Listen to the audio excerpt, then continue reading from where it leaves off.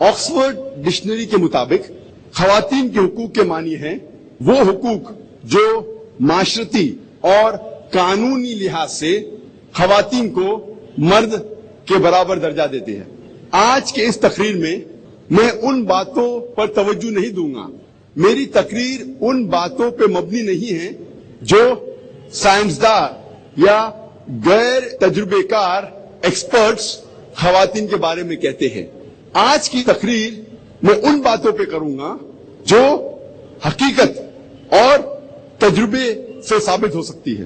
اگر ہم اسلام میں خواتین کے حقوق ویسٹرن میڈیا کے نظریے سے، مغربی میڈیا کے نظریے سے دیکھیں گے تو ہمیں ماننا پڑے گا اسلام میں خواتین کو ذلیل کیا جاتا ہے، اسلام میں خواتین کے ساتھ برتاؤ صحیح نہیں۔ اگر ہم اسلام میں خواتین کے حقوق ویسٹرن میڈیا کے نظریے سے دیکھتے ہیں، کیونکہ the western talk of women's liberalization is nothing but a disguised form of exploitation of a body, deprivation of honor and degradation of a soul۔ یہ مغربی نعرہ آزادی نسواں کا حقیقت میں عورتوں کے عزت کو لوٹتا ہے، عورتوں کے آبرو کو لوٹتا ہے، عورتوں کو ذلیل کرتا ہے۔ The Western society claiming to uplift the women have actually degraded her to a status of mistresses, of concubines, of society butterflies which are hidden behind the colorful screen of art and culture۔ یہ مغربی تہذیب جو کہتی ہے کہ خواتین کو ہم اونچا مقام دے رہے ہیں، حقیقت میں انہیں ایک طوائف بناتا ہے، حقیقت میں انہیں رخیل بناتا ہے، انہیں بازار کی زینت بناتا ہے آرٹ اور کلچر کے رنگین پردے کے پیچھے۔ اسلام نے الحمدللہ 1400 سال پہلے خواتین کو اپنے حقوق دیے۔ وہ دور ایام الجہلیہ کہلاتا تھا۔ جب قرآن شریف نازل ہوا وہ دور کو کہتے تھے ایام الجہلیہ، the days of ignorance۔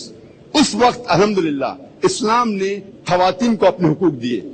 آج کی دنیا کی آبادی میں سے تقریباً 20 سے 25% مسلم ہیں اور کئی مختلف مسلم معاشرے ہیں، کچھ اسلام کے قریب ہے، کچھ اسلام سے دور ہے۔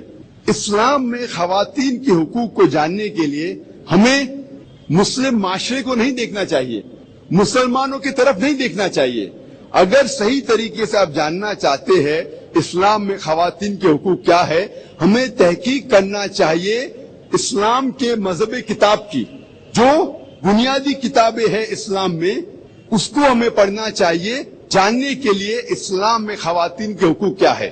اسلام میں بنیادی کتابیں ہیں قرآن اور صحیح حدیث۔ قرآن اور صحیح حدیث کبھی بھی آپس میں نہیں ٹکرائیں گے۔ میں جانتا ہوں کہ اس موضوع پہ اسلام میں خواتین کے حقوق اکثر کئی بار علماؤں کا اختلاف ہے۔ اس کی وجہ ہے کیونکہ کئی بار ایک قرآن مجید کی آیت کو دیکھتے ہیں اور باقی سارے آیتوں کو نظر انداز کرتے ہیں۔ اگر قرآن مجید کو ایک ساتھ میں پڑھا جائے گا مکمل طور پہ تو جتنے بھی اختلاف ہے اکثر یہ اختلاف دور ہو جائیں گے۔ اگر کوئی 2-3 رائے ہے تو صحیح رائے جاننے کے لیے ہمیں دیکھنا چاہیے صحیح حدیث میں اس کی تفسیر کیا ہے۔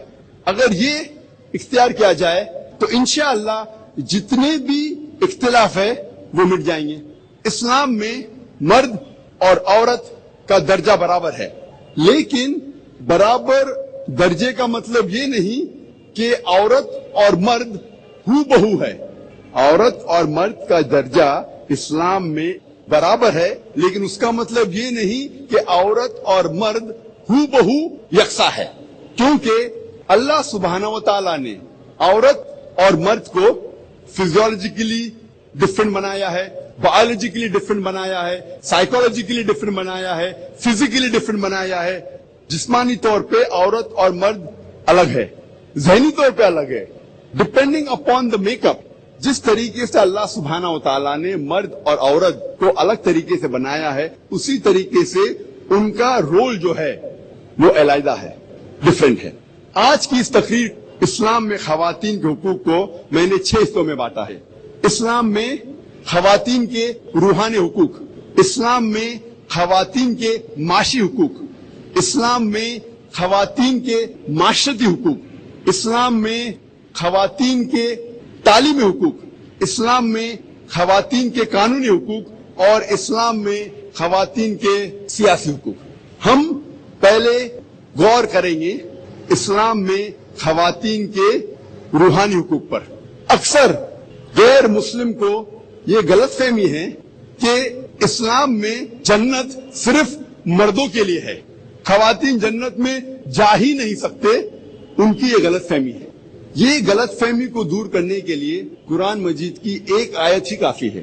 اللہ تعالیٰ فرماتے ہیں سورہ نساء میں سورہ نمبر 4 آیت نمبر 124 میں وَمَن يَعْمَلْ مِنَ الصَّالِحَاتِ مِن ذَكَرٍ وَأُنثَىٰ، مطلب اگر آپ میں سے کوئی بھی شخص چاہے عورت یا مرد ہو اور وہ اچھے اعمال کرتا ہے اور وہ مومن ہے تو انشاءاللہ وہ جنت میں جائیں گا اور اس کے ساتھ کوئی بھی ناانصافی نہیں ہوگی۔ اللہ تعالیٰ فرماتے وَمَن يَعْمَلْ مِنَ الصَّالِحَاتِ مِن ذَكَرٍ وَأُنثَىٰ کہ اللہ تعالیٰ کوئی بھی شخص ہو چاہے مرد یا عورت اگر اچھے اعمال کرتا ہے اور مومن ہے تو انشاءاللہ جنت میں جائیں گا۔ اللہ تعالیٰ اس پیغام کو پھر سے دہراتے ہیں سورہ نحل میں سورہ نمبر 16 آیت نمبر 97 میں کہ اگر آپ میں سے کوئی بھی شخص چاہے مرد ہو یا عورت اگر اچھے کام کرتا ہے اور ایمان رکھتا ہے اسے انعام دیا جائے گا۔ اللہ تعالیٰ فرماتے سورہ نساء میں سورہ نمبر 4 آیت نمبر 1 سورہ نمبر 4 آیت نمبر 1 یا ایھا الناس اتقوا ربکم الذی خلقکم من نفس واحدہ وخلق منها زوجہا، اے انسانوں اپنے رب سے ڈرو جس نے تمہیں ایک جان سے بنایا ہے اور اس جان سے اس کے جیسا جوڑا بنایا ہے۔ اس سے یہ ثابت ہوتا ہے کہ وہی جان سے جس سے آدمی بنا ہے اسی سے بنی ہے عورت، یعنی روحانی طور پہ عورت اور مرد یکساں ہے۔ اللہ تعالیٰ فرماتے ہیں سورہ شعراء میں سورہ نمبر 42 آیت نمبر 11 میں فاطر السماوات والارض جعل لکم من انفسکم ازواجا، اللہ نے زمین اور آسمان بنائے ہیں اور تمہارے لیے تمہارے جیسا جنس کا جوڑا بنائے ہیں، مطلب آدمی اور عورت روحانی طور پہ یکساں ہے۔ اللہ تعالیٰ فرماتے ہیں سورہ ہجر میں سورہ نمبر 15 آیت نمبر 29 میں کہ میں نے انسان کو بنایا اور اپنی روح اس میں پھونکی۔ اللہ تعالیٰ پھر سے دہراتے ہیں سورہ سجدہ میں سورہ نمبر 32 آیت نمبر 9 میں ہم نے انسان کو بنائے اور اپنی روح اس میں پھونکی، دونوں میں، مرد میں بھی اور عورت میں بھی۔ اس کے معنی یہ ہے کہ اللہ سبحانہ و تعالی کا علم ہر انسان کو دیا کہ اللہ سبحانہ و تعالی ہے۔ اللہ فرماتے ہیں سورہ اسراء میں سورہ نمبر 17 آیت نمبر 70 میں وَلَقَدْ كَرَّمْنَا بَنِي آدَمَ، اللہ سبحانہ و تعالی نے بنی آدم پر کرم فرمائے۔ اللہ سبحانہ و تعالی نے ساری بنی آدم پہ رحمت فرمائے، چاہے وہ آدمی ہو یا عورت، چاہے کالا یا سفید، امیر یا غریب، ہر بنی آدم ہر انسان پہ اللہ سبحانہ و تعالی نے کرم فرمائے۔ اسلام کے علاوہ اور بھی دوسرے مذہب ہے جو یہ مانتے ہیں کہ انسانیت ایک جوڑے سے بنی، آدم علیہ السلام اور بیوی حوا سے۔ اس بات کو عیسائی بھی مانتے ہیں، لیکن عیسائیت میں یہ سکھایا جاتا ہے کہ انسانیت گناہ میں پیدا ہوئی ہے اور اس کی قصوروار ہے عورت، اور وہ کہتے ہیں کیونکہ بیوی حوا نے آدم علیہ السلام کو پھل کھانے پہ مجبور کیا، بہکایا، اسی لیے انسانیت گناہ میں پیدا ہوئی، اور وہ سارا الزام انسانیت کو گناہ میں پیدا ہونے کے لیے عورت پر ڈالتے ہیں۔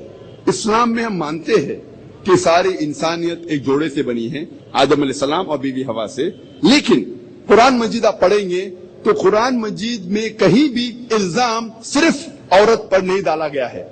آپ اگر قرآن مجید غور سے پڑھیں گے تو نافرمانی کا الزام دونوں پہ برابر ڈالا گیا ہے، آدم علیہ السلام اور بیوی حوا پر۔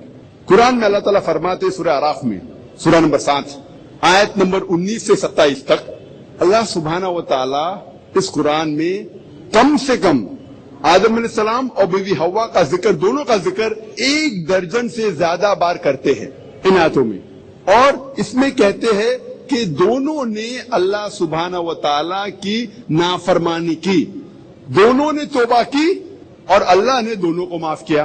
الزام دونوں پر برابر لگایا گیا ہے۔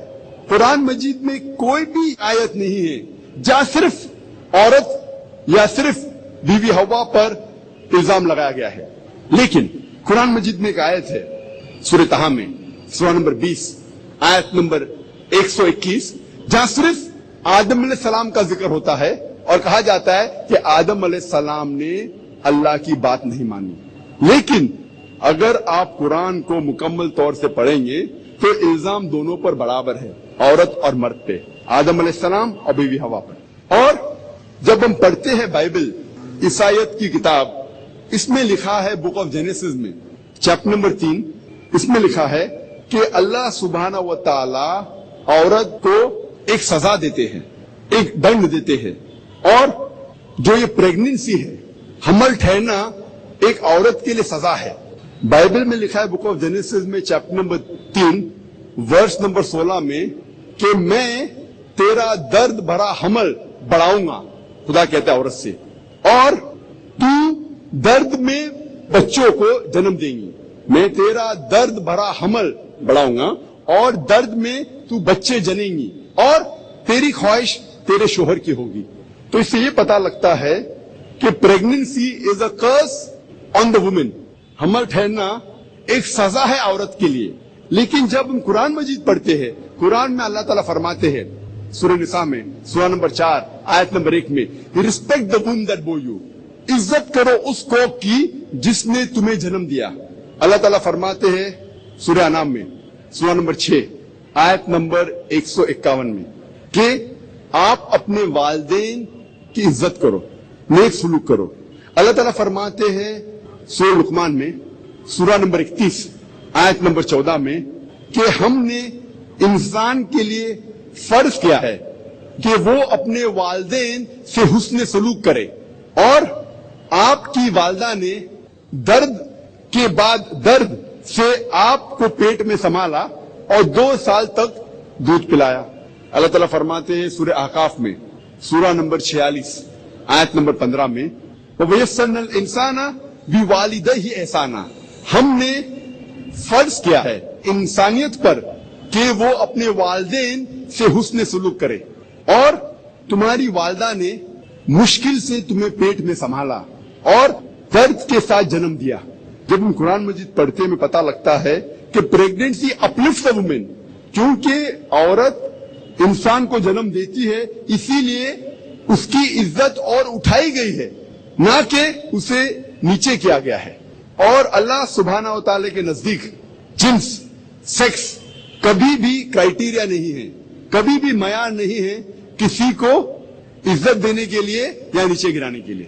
انسان کو جانچنے کا معیار قرآن مجید میں دیا گیا ہے سورہ حجرات میں سورہ نمبر 49 آیت نمبر 13 میں، جہاں اللہ سبحانہ و تعالیٰ فرماتے ہیں یا ایھا الناس ان خلقناکم من ذکر و انثی وجعلناکم شعوبا وقبائل لتعارفوا ان اکرمکم عند اللہ اتقاکم ان اللہ علیم خبیر۔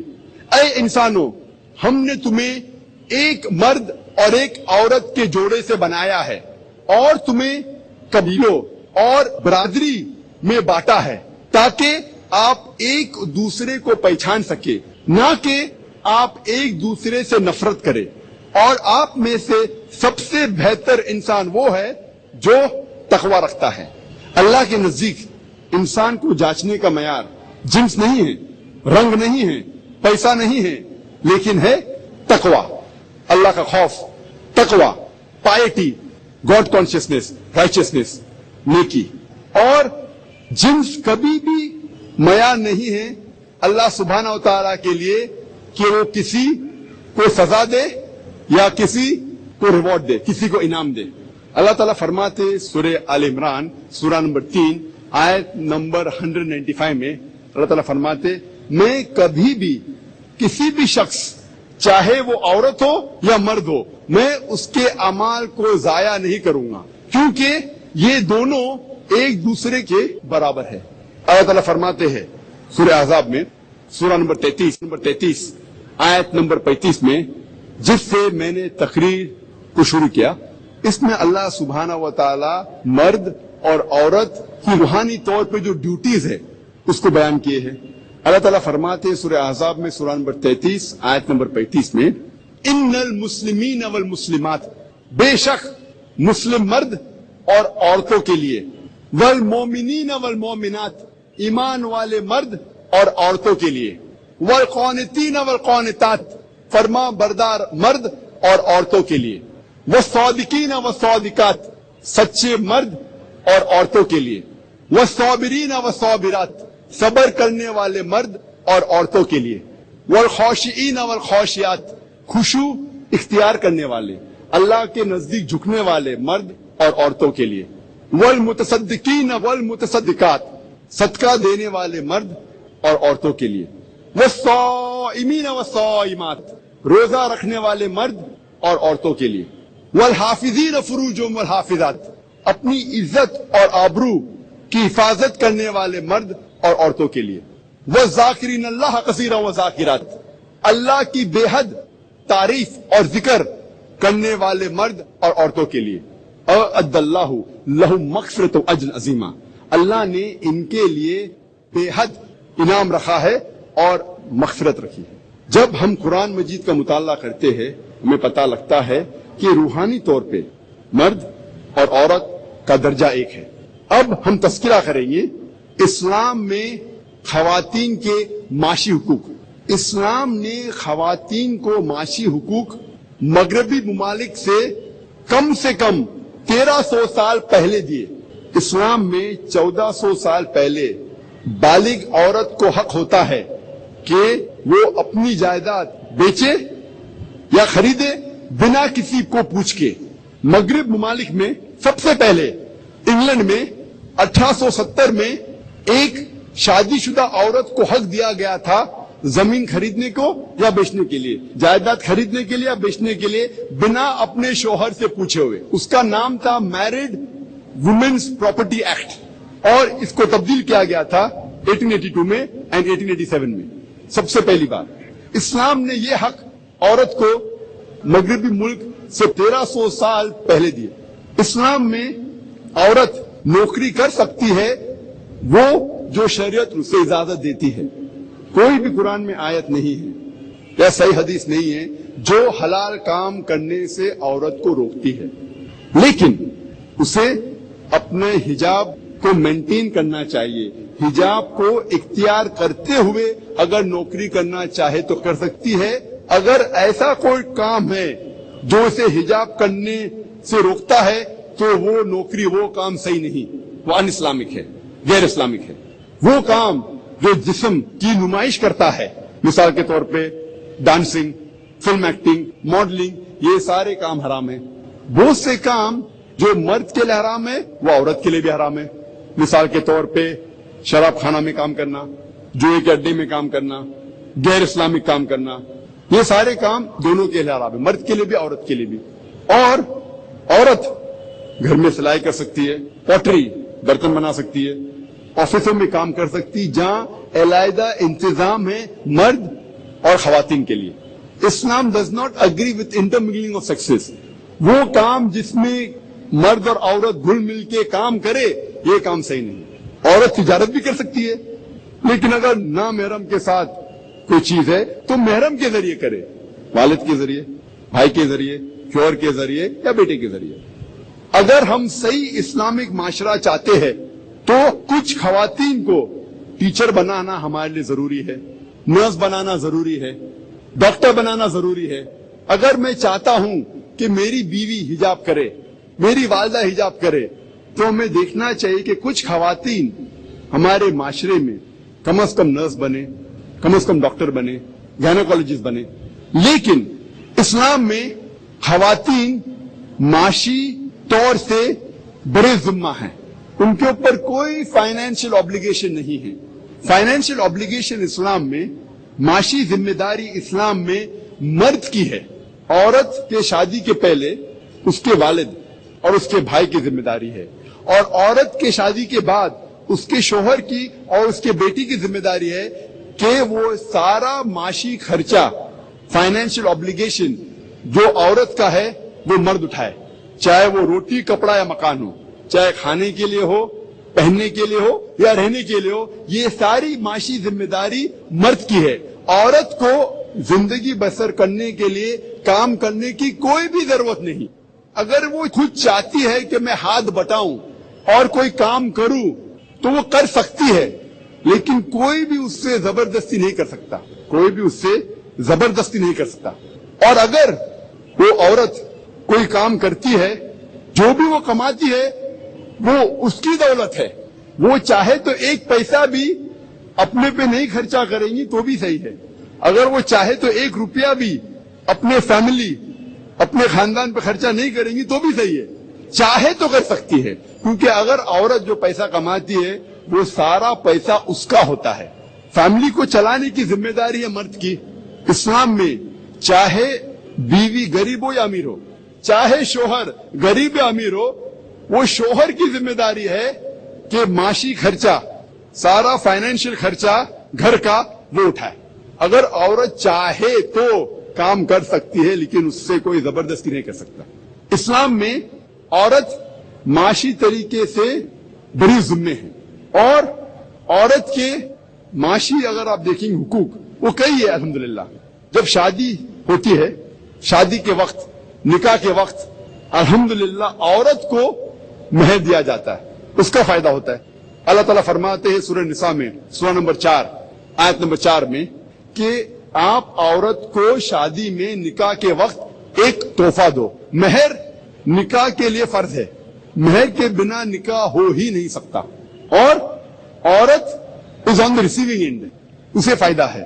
لیکن ہمارے اس ملک کے معاشرے میں، ہندوستانی تہذیب میں الٹا ہے۔ ہندوستانی تہذیب میں شادی کے وقت عورت مرد کو دہیج دیتی ہے، عورت مرد کو ڈاوری دیتی ہے، اور یہ بہت عام ہے۔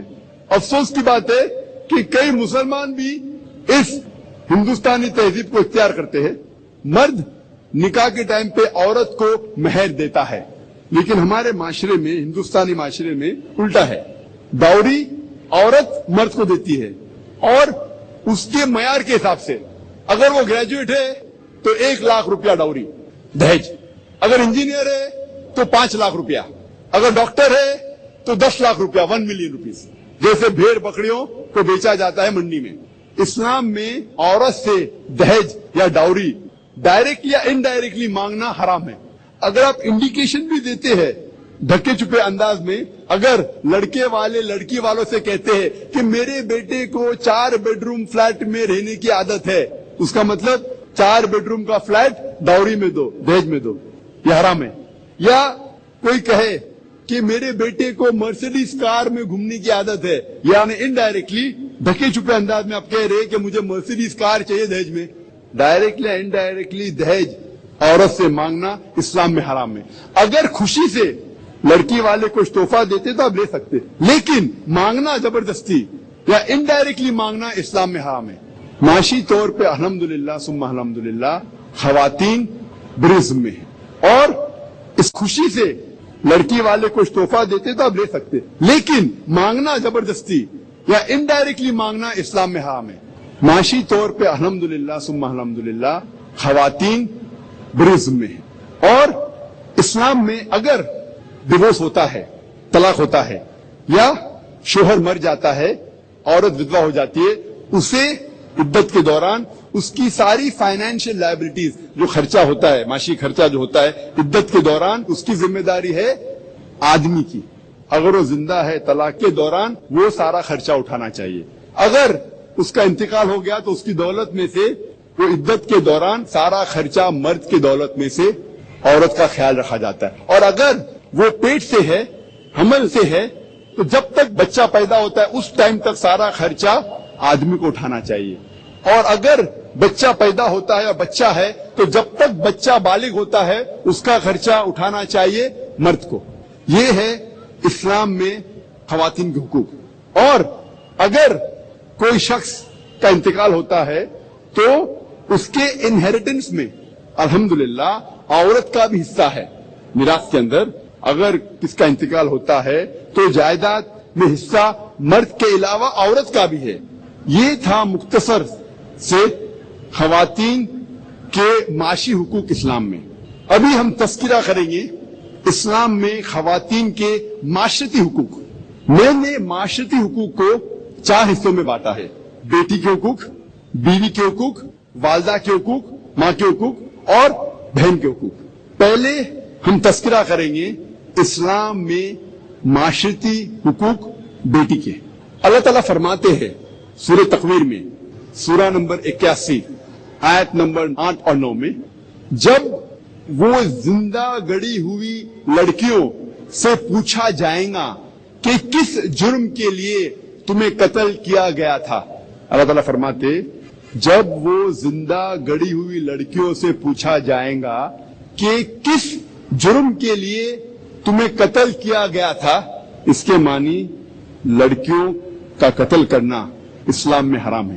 نہ ہی صرف لڑکیوں کا قتل کرنا حرام ہے، دونوں لڑکے اور لڑکیوں کو قتل کرنا حرام ہے. اللہ تعالیٰ فرماتے سورہ انعام میں سورہ نمبر 6 آیت نمبر 151 میں اور سورہ اسراء سورہ نمبر 17 آیت نمبر 31 میں کہ آپ اپنے بچوں کا قتل مت کرو غربت کے خوف سے، اللہ تعالیٰ آپ کو اور آپ کے بچوں کو رزق دے گا. نہیں، غربت کے خوف سے آپ اپنے بچوں کا قتل مت کرو، اللہ تعالیٰ آپ کو اور آپ کے بچوں کو رزق دے گا. یہ کہا گیا ہے سورہ انعام میں سورہ نمبر 6 آیت نمبر 151 میں. اور اللہ تعالیٰ پھر سے فرماتے ہیں سورہ اسراء میں سورہ نمبر 17 آیت نمبر 31 میں کہ آپ بچوں کا قتل مت کرو، اللہ تعالیٰ آپ کے بچوں اور آپ کو رزق دے گا. بچوں کا قتل کرنا سنگین جرم ہے. اسلام میں نہ ہی صرف بچوں کا قتل کرنا جرم ہے، خصوصاً لڑکیوں کا، لیکن جب آپ کو پتا لگتا ہے کہ کوئی لڑکی پیدا ہوئی اور آپ افسوس کرتے ہیں، اسلام میں اس کی ممانعت ہے. اگر آپ افسوس کرتے ہیں کہ آپ کے گھر میں کوئی لڑکی پیدا ہوئی، یہ بھی اسلام میں غلط ہے. اللہ تعالیٰ فرماتے سورہ نحل میں سورہ نمبر 16 آیت نمبر 58 اور 59 میں، جب کوئی شخص کو خوشخبری ملتی ہے کہ اس کے گھر میں ایک لڑکی پیدا ہوئی اور اس کا منہ چھوٹا ہو جاتا ہے، اسے افسوس ہوتا ہے، وہ اپنا چہرہ باقی لوگ سے چھپاتا ہے اور سوچنے لگتا ہے کیا میں اس لڑکی کو ذلت کی زندگی جینے دوں یا اسے زندہ دفن کروں. کتنی گھنونی سوچ ہے. تو صرف افسوس کرنا کہ ایک لڑکی آپ کے گھر میں پیدا ہوئی، یہ بھی اسلام میں ایک جرم ہے، اس کی ممانعت ہے. اور اللہ کے رسول محمد صلی اللہ علیہ وسلم فرماتے ہیں، صحیح حدیث ہے احمد بن حنبل کی جلد نمبر 1 حدیث نمبر 2104 میں، اللہ کے رسول فرماتے ہیں اگر کوئی بھی شخص اپنے 2 بیٹیوں کو اچھے طریقے سے پرورش کرتا ہے جب تک وہ بالغ ہو جاتی ہے تو آخرت کے دن میں وہ شخص میرے اتنے قریب رہے گا، اور 2 انگلی اپنے ایسا کرتے اتنے قریب. اور ایک حدیث ہے جو ابن ماجہ کی ہے، جہاں اللہ کے رسول فرماتے کہ کوئی بھی شخص اگر 2 لڑکیوں کی پرورش کرتا ہے، ان کے ساتھ اچھا حسن سلوک کرتا ہے تو انشاءاللہ وہ جنت میں جائیں گے. اللہ کے رسول نے صرف کہا نہیں کہ لڑکیوں اور لڑکوں کو اچھے طریقے سے پرورش کرنا چاہیے، انہوں نے ایک زندہ مثال پیش کی. ایک وقت جب ایک شخص اپنے بیٹے کو چنتا ہے اور اپنی مانڈی پہ رکھتا ہے لیکن اپنے بیٹی کے ساتھ وہ نہیں کرتا، تو اللہ کے رسول فرماتے ہیں کہ اس آدمی نے ناانصافی کی، اسے اپنے بیٹی کو بھی چومنا چاہیے اور اپنے دوسرے مانڈی پہ بٹھانا چاہیے. یہ فرض آپ کا. اب ہم تذکرہ کریں گے اسلام میں معاشرتی حقوق بیوی کے. عورت کو شیطان کا ہتھیار کہا جاتا ہے، a weapon of the devil. عورت کو اکثر دیگر مذاہب میں شیطان کا ہتھیار کہا جاتا ہے، لیکن اسلام میں قرآن میں اللہ سبحانہ و تعالی عورت کو محسنہ کہتے ہیں. محسنہ مانی a fortress against the devil، شیطان کے خلاف ایک قلعہ. محمد صلی اللہ علیہ وسلم فرماتے ہیں there is no monasticism in Islam، رہبانیت اسلام میں حرام ہے. اور اللہ کے رسول فرماتے ہیں صحیح بخاری میں جلد نمبر 7 کتاب النکاح چیپٹر نمبر 3 حدیث نمبر 4 میں، اے نوجوانوں آپ میں سے جس کے پاس بھی حیثیت ہے نکاح کرنے کی نکاح کرو. مطلب نکاح جلدی کرنا سنت ہے. اور اللہ کے رسول فرماتے ہیں جو کوئی شادی نہیں کیا وہ مجھ میں سے نہیں ہے. یعنی شادی کرنا اسلام میں فرض ہے. اللہ کے رسول فرماتے ہیں جو شخص شادی کرتا ہے وہ آدھا دین مکمل کرتا ہے. سوال جواب کے نشست میں ایک بھائی نے مجھ سے پوچھا تھا ذاکر بھائی اس کا یہ مطلب ہے کہ اگر میں 2 شادی کروں تو پورا دین مکمل ہو جائے گا میرا؟ اللہ کے رسول کیا کہنا چاہتے تھے جب انہوں نے کہا کہ شادی آدھا دین آپ کا مکمل کرتی ہے؟ ہمیں پتا ہے کہ شادی کرنے سے کئی بیماریاں دور ہوتی ہے. آج کے معاشرے کی بیماری مثال کے طور پہ زنا، فورنیکیشن، فحاشی، پروmiscuity، ہوموسیکشوالٹی، شادی کرنے سے یہ آدھی بیماری معاشرے کی دور ہو جاتی ہے. اگر آپ شادی کریں گے تبھی آپ شوہر یا بیوی ہو سکتے. شادی کرنے کے بعد ہی آپ والد یا والدہ ہو سکتے، جو اہم ذمہ داری ہے. اسی لیے اگر آپ شادی کرتے چاہے 1 کرو یا 2 کرو آپ کا آدھا دن مکمل ہوتا ہے.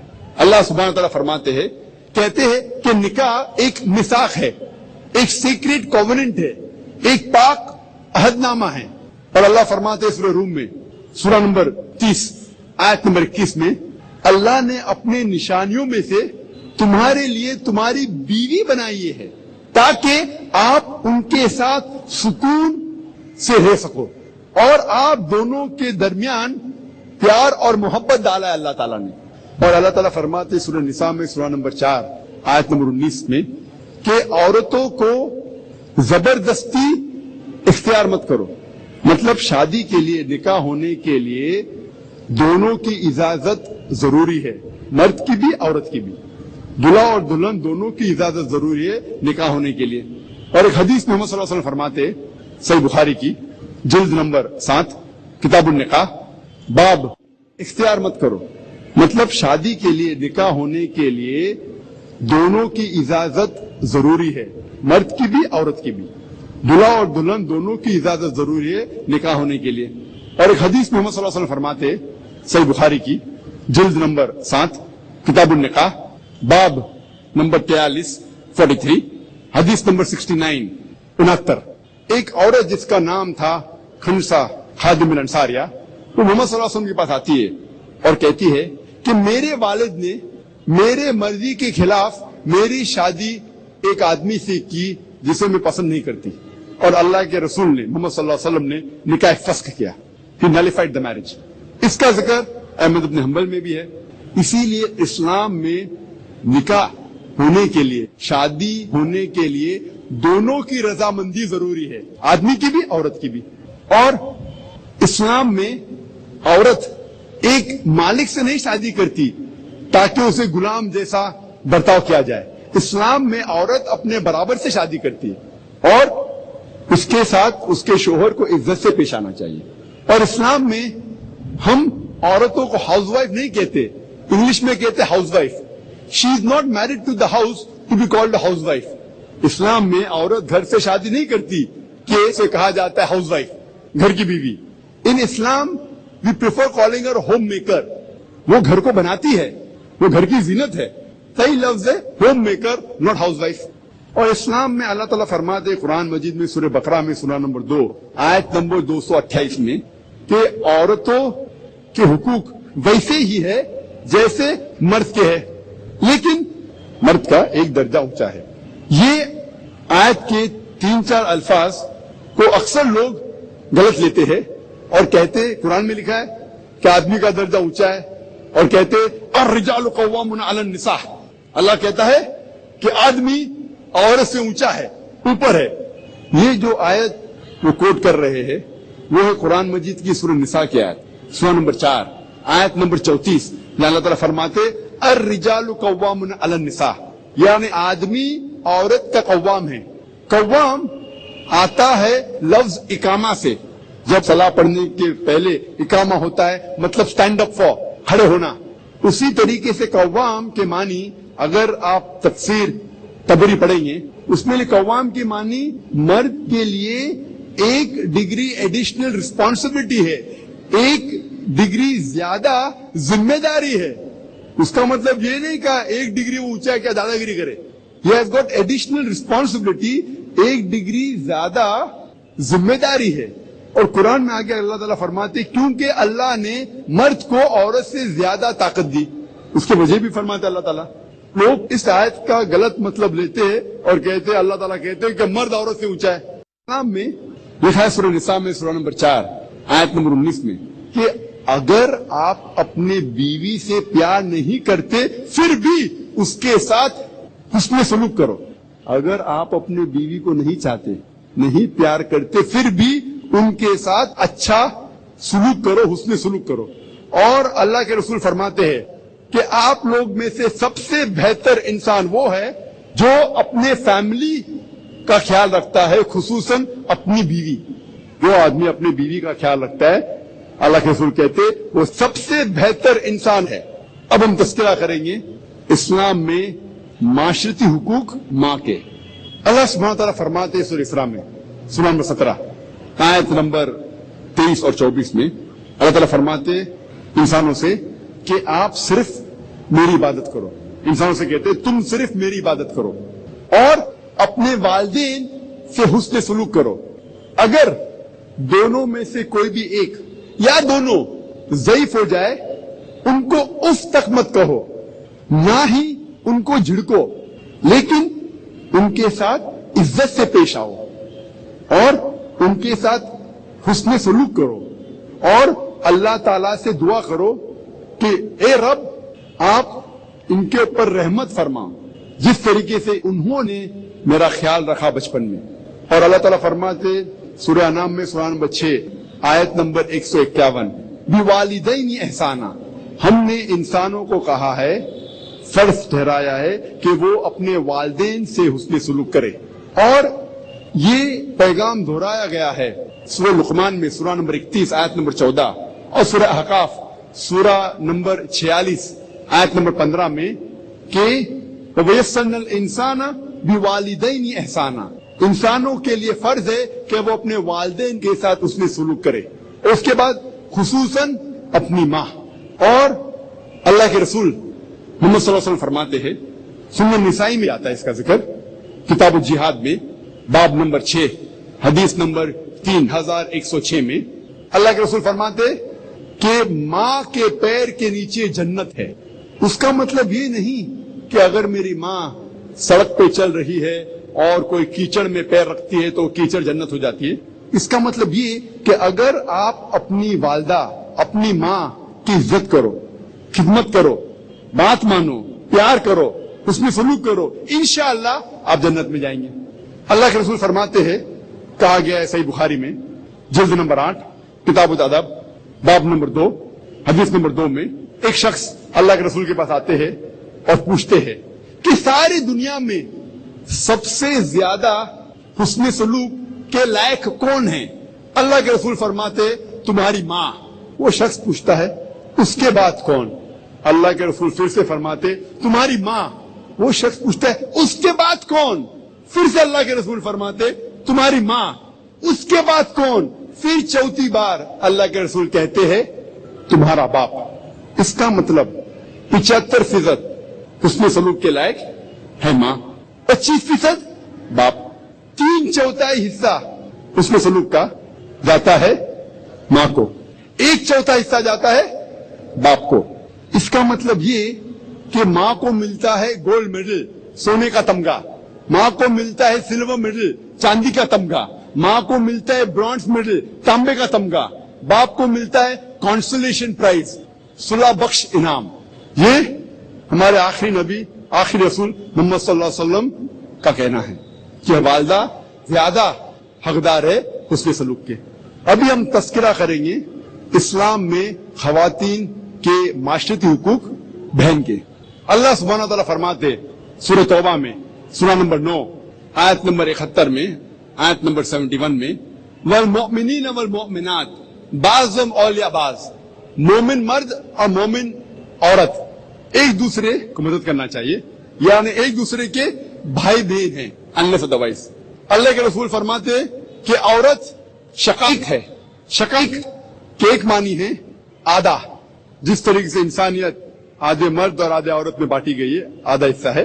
اور دوسرے مانیے بہن، تو اللہ کے رسول کہتے کہ عورت تمہاری بہن ہے unless otherwise. اب ہم تذکرہ کریں گے اسلام میں خواتین کے تعلیمی حقوق. سب سے پہلی وحی، سب سے پہلی ہدایت جو اللہ سبحانہ و تعالی انسانیت کو قرآن مجید میں دیتے ہیں وہ یہ نہیں کہ آپ نماز پڑھو یا روزہ رکھو یا حج کے لیے جاؤ. سب سے پہلی ہدایت جو اللہ سبحانہ و تعالی انسانیت کو قرآن مجید میں دیتے ہیں وہ ہے اقرا، پڑھو، جو آتا ہے سورہ اقرا میں چیپٹر نمبر 96 آیت نمبر 1 میں. اور یہ صرف مرد کے لیے نہیں، دونوں کے لیے، مرد اور عورت کے لیے. اور اللہ کے رسول فرماتے ہیں کئی حدیث میں، اس کا ذکر ابن ماجہ میں بھی ہے، حدیث نمبر 224 میں اللہ کے رسول محمد صلی اللہ علیہ وسلم فرماتے ہیں سیکنگ نالج، علم حاصل کرنا، طلب العلم فریضۃ علی کل مسلم، ہر مسلم کے لیے فرض ہے، چاہے وہ عورت یا مرد ہو. اللہ کے رسول فرماتے علم طلب کرنا، علم حاصل کرنا ہر مسلمان کے لیے فرض ہے، چاہے وہ عورت ہو یا مرد ہو. اور اللہ کے رسول ہمیشہ لوگ سے کہتے تھے کہ اپنے بچوں کو علم دو، خصوصاً اپنی بیٹیوں کو. اور اللہ کے رسول یہ بھی کہتے تھے کہ شوہر کا فرض ہے کہ وہ اپنے بیوی کو علم دے، اگر خود نہیں دے سکتا تو کم از کم اس کو انتظام کرنا چاہیے کہ بیوی تک علم پہنچے. اور صحیح بخاری میں کئی حدیث ہے، جب پڑھتے صحیح بخاری باب نمبر 36 حدیث نمبر 101 میں کہا گیا ہے کہ عورتیں اللہ کے رسول کے پاس آ کے کہتی ہے کہ ہمیشہ آپ مردوں سے گھرے ہوئے ہیں، آپ خصوصاً عورتوں کو خطاب کیوں نہیں کرتے؟ اور اللہ کے رسول نے کہا ٹھیک ہے. اور اللہ کے رسول نے یہ بھی دیکھا کہ صحابہ کو کہا کہ خواتین کو خطاب کرو. اور 1400 سال پہلے جب ایام الجاہلیہ تھا، ڈیز آف اگنورینس، اس وقت کئی خواتین ہیں جو علم کے میدان میں اونچائی پہ تھے. اس وقت تو ایام الجاہلیہ کا وقت تھا، آدمی لوگ ہی نہیں پڑھتے تھے. اس وقت اسلام میں الحمدللہ ثم الحمدللہ کئی خواتین تھے جو علم کے میدان میں اونچائی پہ تھے. اور سب سے بہترین مثال ہے حضرت عائشہ رضی اللہ عنہ، جو حضرت ابوبکر رضی اللہ عنہ کی بیٹی تھی، محمد صلی اللہ علیہ وسلم کی بیوی تھی. ان کی ایک شاگرد جس کا نام تھا عروہ، وہ کہتی ہے کہ میں نے عائشہ رضی اللہ عنہ سے بہترین عالمہ اپنے زندگی میں نہیں دیکھی. اس کو جو مہارت تھی قرآن میں، اسلام کے فرائض میں، حلال اور حرام میں، عربک لٹریچر اور پوئٹری میں، عربک ہسٹری اور جینیالوجی میں، اور حضرت عائشہ رضی اللہ عنہ طب کے میدان میں، میڈیسن میں بھی ماہر تھی.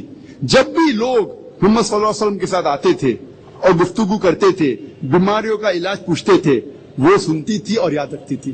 میتھمیٹکس کے میدان میں، حساب کے میدان میں بھی وہ ماہر تھی. اسی لیے محمد صلی اللہ علیہ وسلم کے انتقال کے بعد صحابہ اکثر حضرت عائشہ رضی اللہ عنہ کے پاس آتے تھے.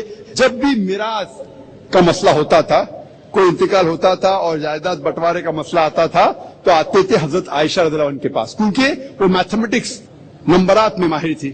اور کئی صحابہ ان کے پاس سیکھنے کے لیے آتے تھے محمد صلی اللہ علیہ وسلم کے بعد.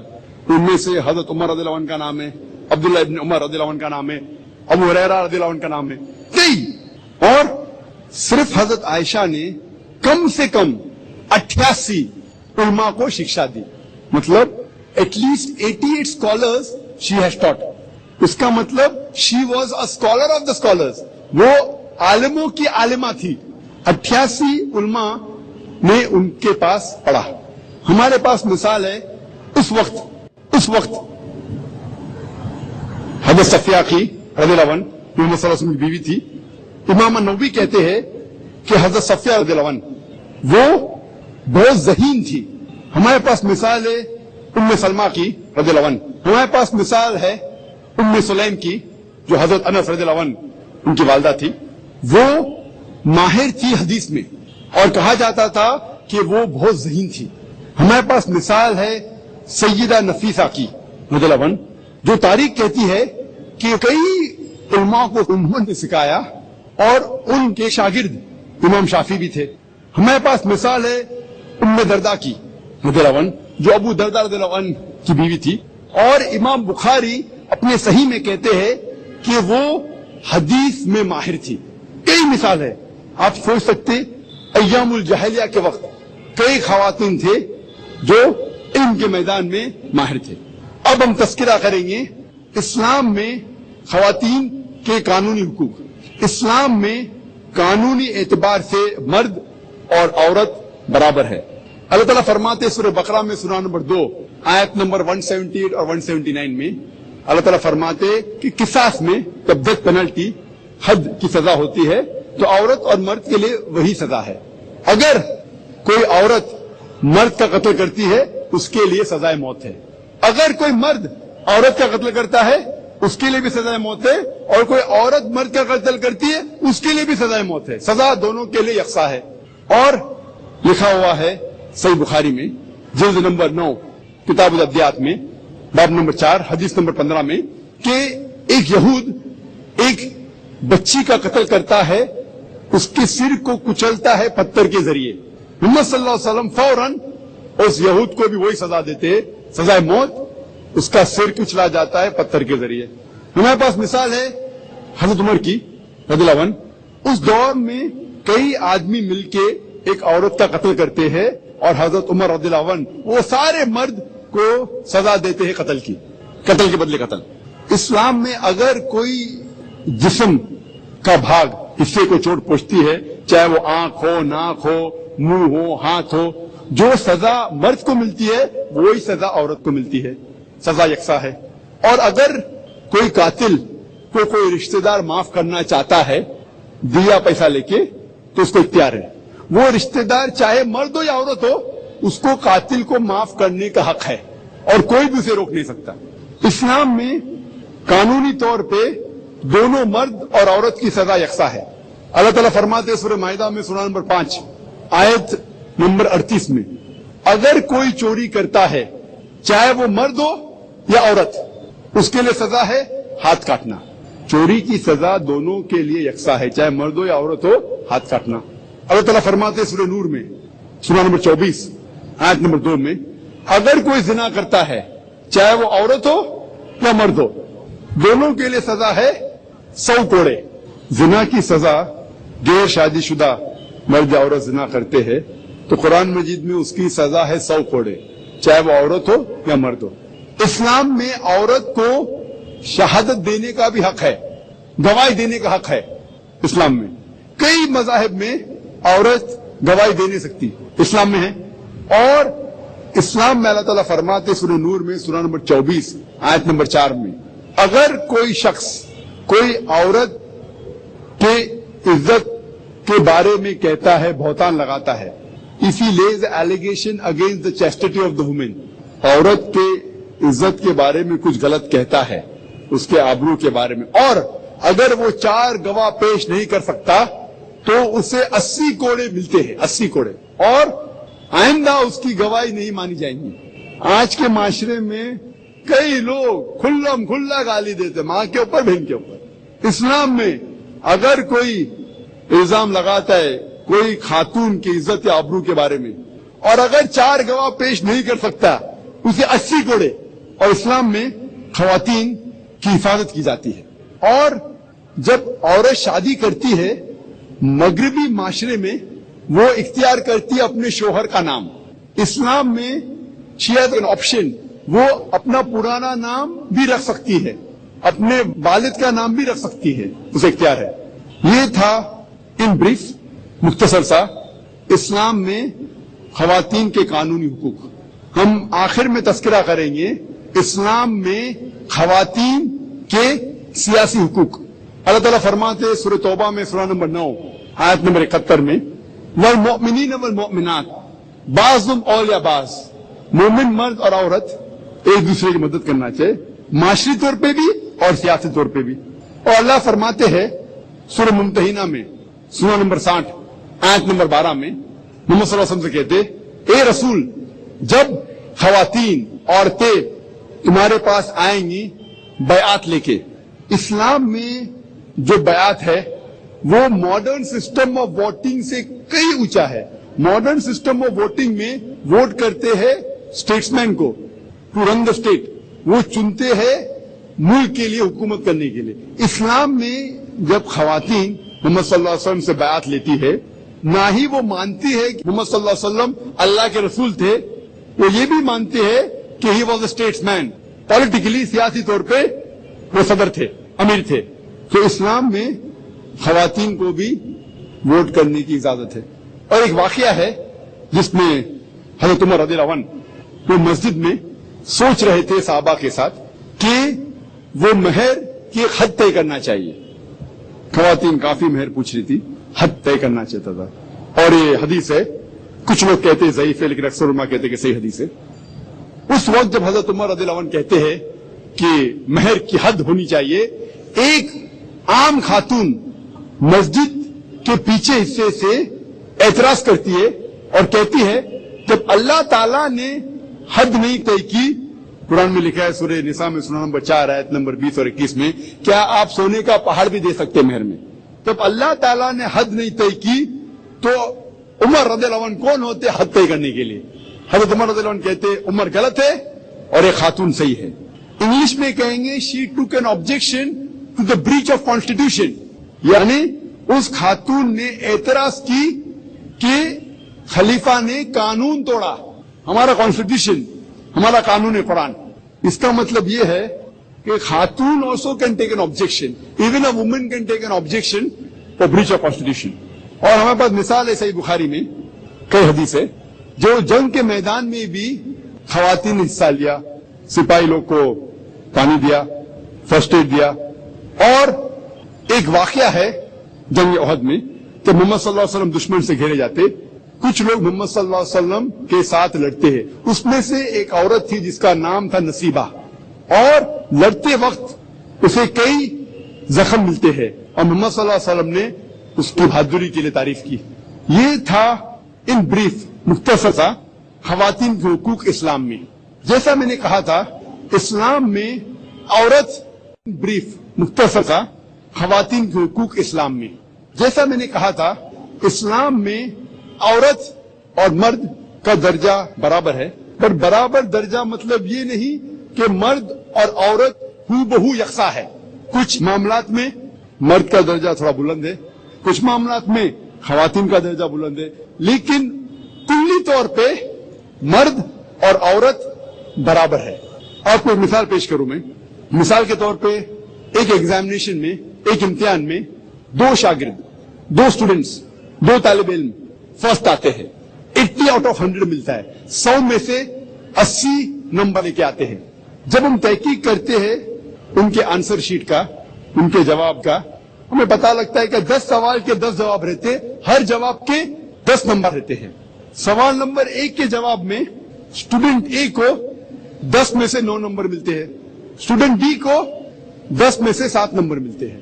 اس کا مطلب جواب نمبر 1 میں اسٹوڈنٹ اے کا درجہ بی سے زیادہ ہے۔ سوال نمبر 2 کے جواب میں اسٹوڈنٹ بی کو 10 میں سے 9 ملتا ہے اور اسٹوڈنٹ اے کو 10 میں سے 7 ملتا ہے۔ اس کا مطلب جواب نمبر 2 میں اسٹوڈنٹ بی کا درجہ اے سے زیادہ ہے۔ باقی 8 سوال کے جواب میں دونوں کو 10 میں سے 8 ملتے ہیں۔ آپ جب سب کو جوڑتے ہیں تو اسٹوڈنٹ اے اور بی دونوں کو ملتا ہے 100 میں سے 80۔ کلی طور پہ دونوں برابر ہے، لیکن جواب نمبر 1 میں اے کا درجہ اونچا ہے، جواب نمبر 2 میں بی کا درجہ اونچا ہے۔ اسی طریقے سے اسلام میں کچھ معاملات میں مرد کا درجہ اونچا ہے، کچھ معاملات میں خواتین کا، لیکن کلی طور پہ مرد اور عورت برابر ہے۔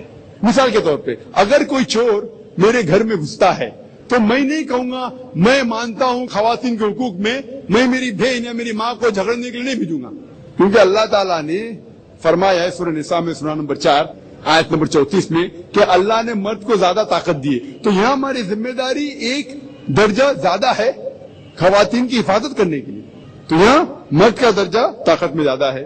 دوسری اور جب بچوں کو والدین سے حسن سلوک کرنا ہوتا ہے تو ماں کا درجہ 3 گنا باپ کے درجے سے زیادہ ہے، یہاں خواتین اونچی ہے مرد سے اس معاملات میں۔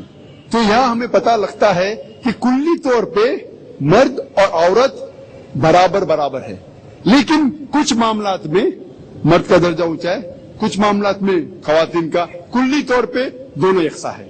یہ تھا مختصراً اسلام میں خواتین کے حقوق۔ اس تقریر کو ختم کرنا چاہتا ہوں میں قرآن مجید کی آیت سے، سورہ بقرہ سے، سورہ نمبر 2 آیت نمبر 187 میں، جہاں اللہ تعالیٰ فرماتے ہن لباس لکم وانتم لباس لہن، وہ تمہارے لباس ہے اور تم ان کے لباس ہے۔